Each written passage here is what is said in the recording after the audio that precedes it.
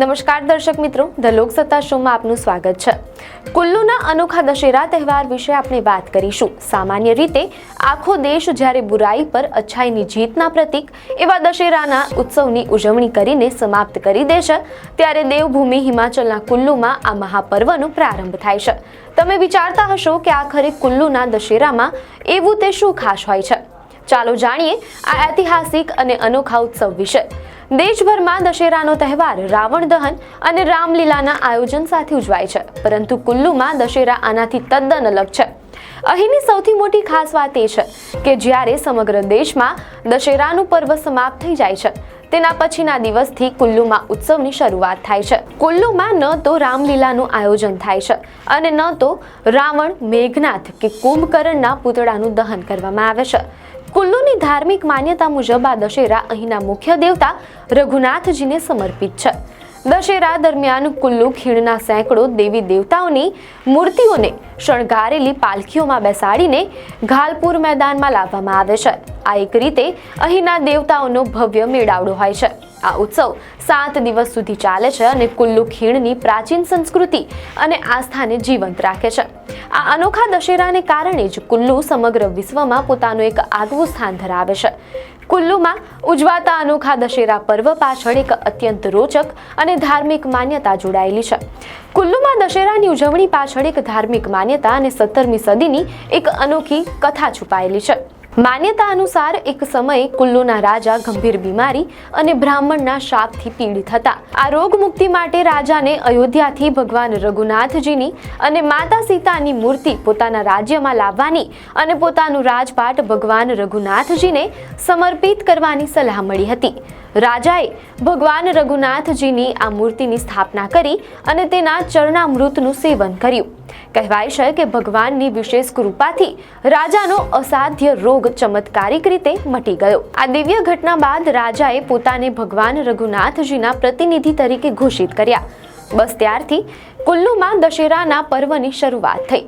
આ ઉત્સવ દરમિયાન કુલ્લુ ખીણના સેંકડો દેવી દેવતાઓને ભગવાન રઘુનાથજી પ્રત્યે આદર દર્શાવવા માટે આમંત્રિત કરવામાં આવે છે। આ રીતે આ પર્વ દેવતાઓના ભવ્ય મિલન અને પૂજાના ઉત્સવ તરીકે પ્રખ્યાત બન્યો છે। હિમાચલના કુલ્લુમાં ઉજવાતો દશેરાનો ઐતિહાસિક ઉત્સવ માત્ર ધાર્મિક પર્વ પૂરતો સીમિત નથી રહ્યો, તે એક આંતરરાષ્ટ્રીય ઉત્સવ બની ગયો છે। આ ઉત્સવ રાજા જગતસિંહના શાપમાંથી મુક્તિ અને ભગવાન રઘુનાથજી પ્રત્યે આભાર વ્યક્ત કરવાના પ્રતીક રૂપે ઉજવવામાં આવે છે। આ ઉત્સવ એ વાતનો પુરાવો છે કે કેવી રીતે રાજાને ભગવાન રઘુનાથજીની કૃપાથી શાપ અને ગંભીર બીમારીમાંથી મુક્તિ મળી હતી। ધાર્મિક માન્યતા મુજબ આ દશેરામાં 300થી વધુ સ્થાનિક દેવી દેવતાઓ તેમની ભવ્ય પાલખીઓ સાથે ઘાલપુર મેદાનમાં હાજરી આપે છે। આટલી મોટી સંખ્યામાં દેવતાઓનું એક સાથે મિલન થવું એ ભારતીય સંસ્કૃતિનો અદ્ભુત નજારો છે। આ ઉત્સવનું સૌથી મોટું આકર્ષણ એ છે કે અહીં સ્થાનિક દેવી દેવતાઓના ભક્તોની સાથે સાથે વિવિધ દેશોના સાંસ્કૃતિક દળો પણ ભાગ લે છે। આંતરરાષ્ટ્રીય કલાકારો અને સ્થાનિક સંસ્કૃતિનો આ સંગમ કુલ્લુના દશેરાને વિશ્વ ફલક પર એક અનોખી ઓળખ આપે છે। કુલ્લુ દશેરાની સૌથી ખાસ વાત છે કે ભગવાન રઘુનાથના આગમન સાથે જ અહીં ઉત્સવનો આરંભ થાય છે। આ દરમિયાન તેમના સન્માનમાં ભવ્ય રથયાત્રા કાઢવામાં આવે છે। આ દિવ્ય રથયાત્રામાં સ્થાનિક દેવી દેવતાઓ પણ જોડાય છે। કુલ્લુના લોકોએ 17મી સદીથી ચાલી આવતી આ અનોખી દેવ સંસ્કૃતિની પરંપરાને આજની આધુનિક દુનિયામાં પણ જીવંત રાખી છે। સમગ્ર વિશ્વ માટે એક આસ્થા અને સંસ્કૃતિના જતનનું ઉત્તમ ઉદાહરણ છે। આ ઉત્સવને એક આંતરરાષ્ટ્રીય લોકનૃત્ય ઉત્સવ તરીકે પણ ઉજવવામાં આવે છે। આ ઉત્સવ સાંસ્કૃતિક આદાન પ્રદાનનું એક મુખ્ય મંચ બની રહ્યો છે। મીડિયા અહેવાલો અનુસાર કુલ્લુનું ઐતિહાસિક લાલચંદ પ્રાથરી કલા કેન્દ્ર છેલ્લા ઘણા દાયકાઓથી દેશ વિદેશના સાંસ્કૃતિક દળોની શાનદાર પ્રસ્તુતિઓનું સાક્ષી રહ્યું છે। અહીં હિમાચલ પ્રદેશ અને અન્ય ભારતીય રાજ્યો ઉપરાંત અનેક વિદેશી દેશોના કલાકારો પણ તેમની કલા રજૂ કરવા આવે છે। દેશ વિદેશની સાંસ્કૃતિક પ્રસ્તુતિઓના આ સતત પ્રવાહથી સાંસ્કૃતિક આદાન પ્રદાન અને આપસી ભાઈચારાને પ્રોત્સાહન મળે છે। આ આયોજન દ્વારા કુલ્લુની સ્થાનિક લોક સંસ્કૃતિનો પણ વિશ્વભરમાં પ્રચાર પ્રસાર થાય છે। જે ખૂબ જ પ્રશંસનીય છે.